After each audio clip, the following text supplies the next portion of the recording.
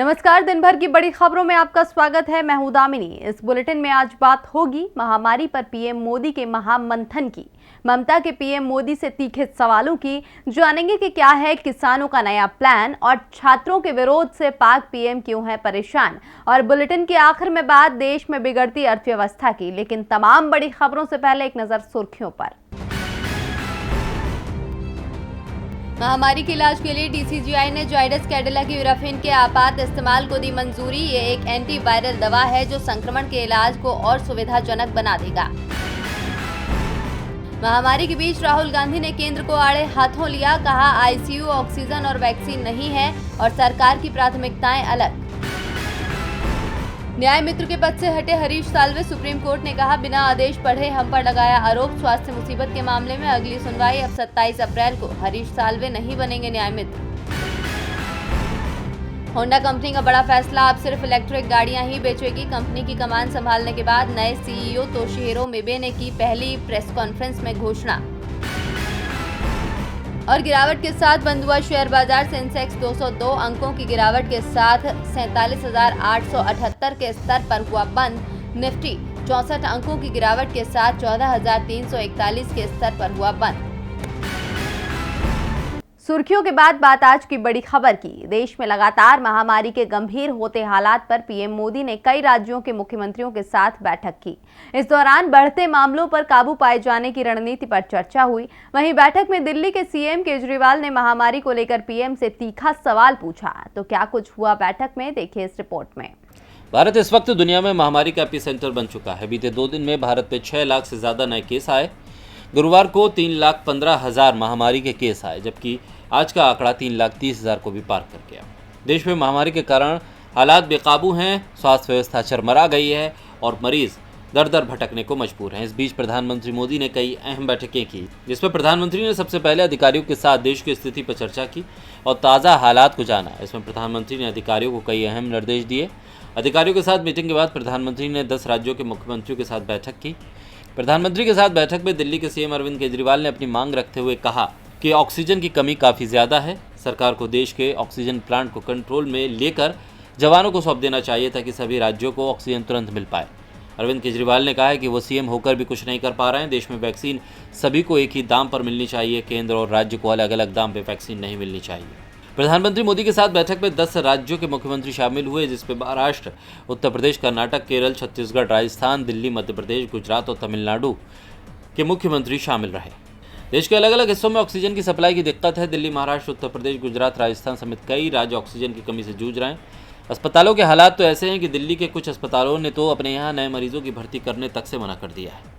देश में जैसे जैसे आंकड़े बढ़ते जा रहे हैं, वैसे वैसे मोदी सरकार की कार्यशैली पर सवाल भी उठते जा रहे हैं। इसी कड़ी में आज कांग्रेस ने भी मोदी सरकार के पीएम केयर्स फंड पर सवाल उठाया है। इन्हीं सवालों के बीच पीएम मोदी ने एक के बाद एक 3 मीटिंग करके महामारी पर चर्चा की। इस दौरान मुख्यमंत्रियों संग चर्चा के वक्त सीएम केजरीवाल और पीएम मोदी के बीच ऐसी बात हो गई कि मुख्यमंत्री को माफी मांगनी पड़ी। अक्सर केजरीवाल सरकार और केंद्र सरकार के बीच तकरार देखने को मिलती है। सीएम केजरीवाल आरोप लगाते रहे हैं कि केंद्र की तरफ से मदद नहीं मिल रही है। इन सब के बीच आज पीएम मोदी ने एक बार फिर राज्य के मुख्यमंत्रियों संग मीटिंग की। इस दौरान भी पीएम मोदी ने सीएम केजरीवाल पर नाराजगी जता दी। दरअसल मीटिंग के दौरान सीएम केजरीवाल के संवाद को लाइव करने के दौरान पीएम मोदी भड़क उठे। केजरीवाल जब बोल रहे थे तो पीएम मोदी ने उन्हें टोकते हुए कहा कि ये हमारी जो परंपरा है, हमारा जो प्रोटोकॉल है, ये उसके बहुत खिलाफ हो रहा है कि कोई मुख्यमंत्री ऐसी इन हाउस मीटिंग को लाइव टेलीकास्ट करे। ये उचित नहीं है। हमें हमेशा से संयम का पालन करना चाहिए। इतना ही नहीं, पीएम मोदी ने दिल्ली के मुख्यमंत्री से कहा कि आपने एक बहुत महत्वपूर्ण प्रोटोकॉल तोड़ा है। ऐसे निजी बातचीत का कभी प्रचार प्रसार नहीं किया जाता। इस पर केजरीवाल ने माना कि उनसे गलती हो गई है। वहीं मुख्यमंत्री के कार्यालय का कहना है कि उन्हें कभी निर्देश नहीं दिया गया था कि संबोधन को लाइव नहीं किया जा सकता। अगर इससे कोई दिक्कत हुई है तो वो अपनी तरफ से खेद प्रकट करते हैं। वहीं इस नाराजगी से पहले सीएम केजरीवाल ने दिल्ली में ऑक्सीजन की किल्लत का मुद्दा उठाया था। उन्होंने कहा था कि ऑक्सीजन की कमी काफ़ी ज़्यादा है। सरकार को देश के ऑक्सीजन प्लांट को कंट्रोल में लेकर सेना को सौंप देना चाहिए ताकि सभी राज्यों को ऑक्सीजन तुरंत मिल पाए। तो दूसरी तरफ आज कांग्रेस की तरफ से भी मोदी सरकार पर पीएम केयर्स फंड को लेकर गंभीर सवाल उठाए गए। देश में महामारी के मरीजों के इलाज के लिए वैक्सीन, ऑक्सीजन और अस्पतालों की कमी क्यों है? महामारी से निपटने के लिए पीएम मोदी ने पीएम केयर फंड की स्थापना की थी, लेकिन इस बारे में उन्होंने देश को अब तक कुछ भी खुलकर नहीं बताया है। अब तो ये समय ही बताएगा कि पीएम मोदी इसका क्या जवाब देते हैं।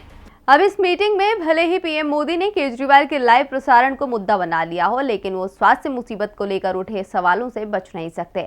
इस मामले पर अब वो लगातार घेरते रहेंगे। वैसे आज सीएम ममता बनर्जी ने भी 7वें दौर के प्रचार के दौरान पीएम मोदी को घेर लिया। इसी के साथ ही उन्होंने टीकाकरण को लेकर भी कई सवाल उठाए। बंगाल चुनाव को जीतने के लिए बीजेपी ने अपना पूरा दम झोंक दिया है। महामारी के बीच भी पीएम मोदी से लेकर गृह मंत्री अमित शाह प्रचार करने में पीछे नहीं है। यहां तक कि बीजेपी ने अपने कदम तब पीछे हटाए जब कांग्रेस सांसद राहुल गांधी और सीएम ममता बनर्जी बड़ी रैलियों को न करने का ऐलान कर चुके थे। इसी किरकिरी के बाद बीजेपी ने रैली करने से इनकार किया। बीजेपी की इसी लेट लतीफी और चुनावी चाल को लेकर सीएम ममता ने उसे घेरा है। उन्होंने कहा कि मुझे राजनीति का अच्छा खासा अनुभव है और मैं बंगाल को दिल्ली के लोगों के हाथों में नहीं जाने दूंगी। मैं कोई खिलाड़ी नहीं हूं, लेकिन मैं ये अच्छी तरह से जानती हूं कि कैसे खेलना चाहिए। मैं इससे पहले लोकसभा में सर्वश्रेष्ठ खिलाड़ी थी। हम दिल्ली के 2 लोगों के समक्ष बंगाल का आत्मसमर्पण नहीं करा सकते। इतना ही नहीं, सीएम ममता ने कहा कि बीजेपी हर समय एक राष्ट्र, एक पार्टी, एक नेता चिल्लाती रहती है, लेकिन लोगों की जान बचाने के लिए टीके की एक कीमत तय नहीं कर सकती। हर भारतीय को उम्र, जाति, पंथ, स्थान की परवाह किए बिना मुफ्त वैक्सीन की आवश्यकता होती है। भारत सरकार को वैक्सीन के लिए एक मूल्य तय करना चाहिए, चाहे केंद्र या राज्य, कोई भी इसके लिए भुगतान करे। ममता बनर्जी ने अपने भाषण में पीएम मोदी को चुनावी रैली से लेकर वैक्सीन पर घेर लिया है। यही 2 मुद्दे उनके लिए परेशानी का खासा सबब बने हुए हैं।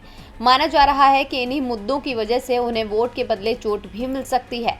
बंगाल की मुख्यमंत्री ममता बनर्जी के इस हुंकार से साफ है कि वो लगातार बीजेपी की दुखती रग पर हाथ रख रही है। उन्होंने वो तरीका अपना लिया है जिससे बीजेपी को घेरा जा सके।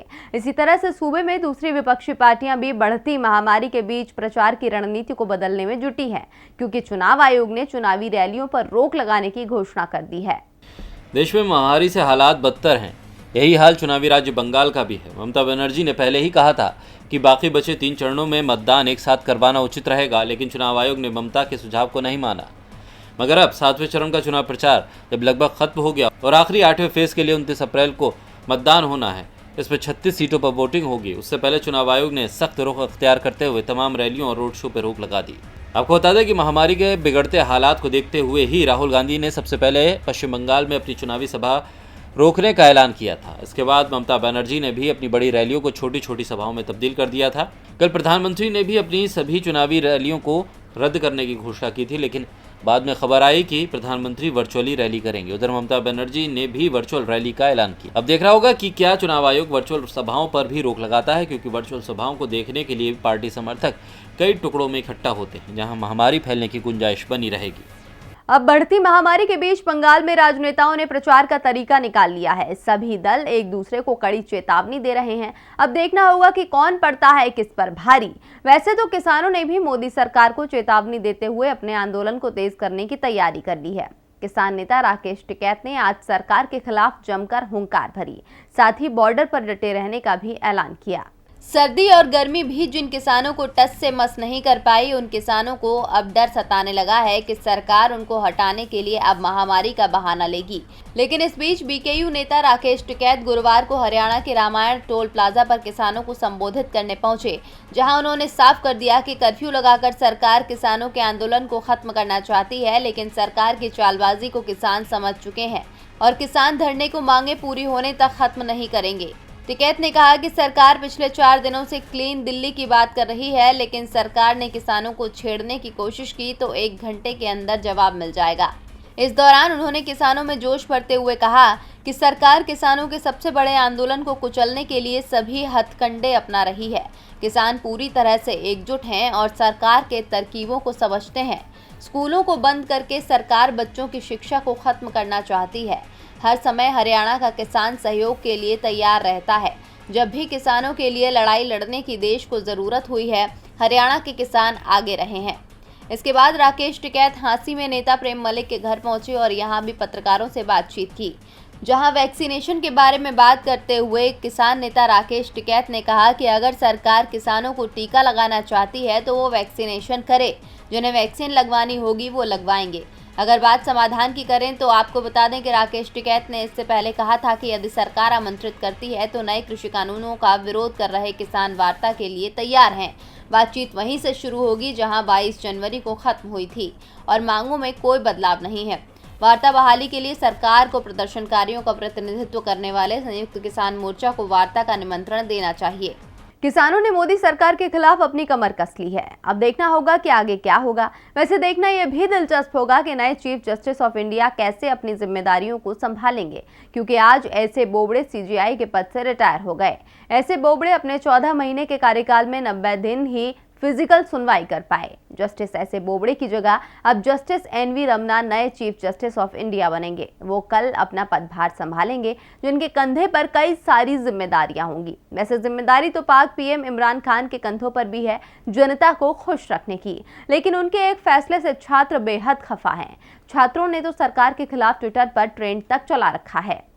देश दुनिया में एक तरफ जहां महामारी से हाहाकार है, कई देशों में लॉकडाउन लगा हुआ है, संक्रमण के कारण सभी तरह के कार्यक्रम रद्द किए जा रहे हैं, परीक्षाएं स्थगित की जा रही हैं, लेकिन इस सब के बीच पाकिस्तान एक ऐसा देश है जहां महामारी का कोई डर नजर नहीं आ रहा। दरअसल महामारी के बढ़ते मामलों के बीच पाकिस्तान सरकार ने सभी कैम्ब्रिज परीक्षाएं निर्धारित समय के अनुसार आगे बढ़ाने का ऐलान किया। इसके बाद छात्रों ने विरोध शुरू किया। पाकिस्तानी छात्रों ने ट्विटर पर महामारी के मामलों में उछाल के बावजूद परीक्षा आयोजित करने को लेकर प्रधानमंत्री इमरान खान को ट्रोल किया। प्रदर्शनकारी छात्रों के पोस्ट के कारण ट्विटर पर hashtag Imran Khan cancel exam Pakistan में टॉप ट्रेंड पर बन गया है, जबकि दूसरी ओर मैट्रिकुलेशन और इंटरमीडिएट परीक्षाएं स्थगित कर दी गई हैं और मई के अंत में दूसरे प्रांतों में अलग अलग जगह आयोजित की जाएंगी। इसके बाद से छात्रों ने लगातार परीक्षाओं पर रोक लगाने के लिए सरकार पर दबाव बनाया हुआ। शुरू में शिक्षा मंत्री से अनुरोध करते हुए छात्रों ने कार्यक्रम के अनुसार आगे बढ़ने के निर्णय पर पुनर्विचार करने के लिए कहा था, लेकिन इसका इमरान सरकार पर कोई असर नहीं हुआ। इसके बाद अब प्रधानमंत्री इमरान खान का ध्यान इस और आकर्षित करने के लिए छात्र लगातार ट्विटर पर विरोध कर रहे हैं। और बुलेटिन के आखिर में बात देश में बिगड़ती अर्थव्यवस्था की। महामारी की वजह से देश की अर्थव्यवस्था को जोरदार धक्का लगा है। एक तो पहले ही जीडीपी गोते लगा रही थी, वहीं अब ये नीचे फिसलती जा रही है। इसीलिए तमाम रेटिंग एजेंसियों ने भी अपने अनुमान को बदल दिया है। जी हां, वैश्विक क्रेडिट रेटिंग एजेंसी फिच ने भारत को लेकर अपने आंकड़े जारी किए, जो वाकई जनता की परेशानी को बढ़ाने वाले हैं। महामारी की पहली लहर से जब देश उबरने लगा था तो तमाम रेटिंग एजेंसियों ने आर्थिक स्थिति सुधरने की उम्मीद जताई थी। अपने आंकड़ों में जीडीपी को बढ़ता हुआ दिखाया था, लेकिन अब एक बार फिर देश महामारी की चपेट में आ गया है, जिसका सीधा असर अर्थव्यवस्था पर पड़ा है। जहां एक तरफ महंगाई बढ़ती जा रही है तो अर्थव्यवस्था गिरती जा रही है। इस स्थिति को देखते हुए रेटिंग एजेंसियों ने भी अपने अनुमान को बदल लिया है। वैश्विक क्रेडिट रेटिंग एजेंसी फिच ने भारत के लिए नकारात्मक परिदृश्य के साथ BBB रेटिंग बरकरार रखी। उसने कहा कि महामारी की वजह से तेजी से आर्थिक हालात सुधरने में देरी हो सकती है।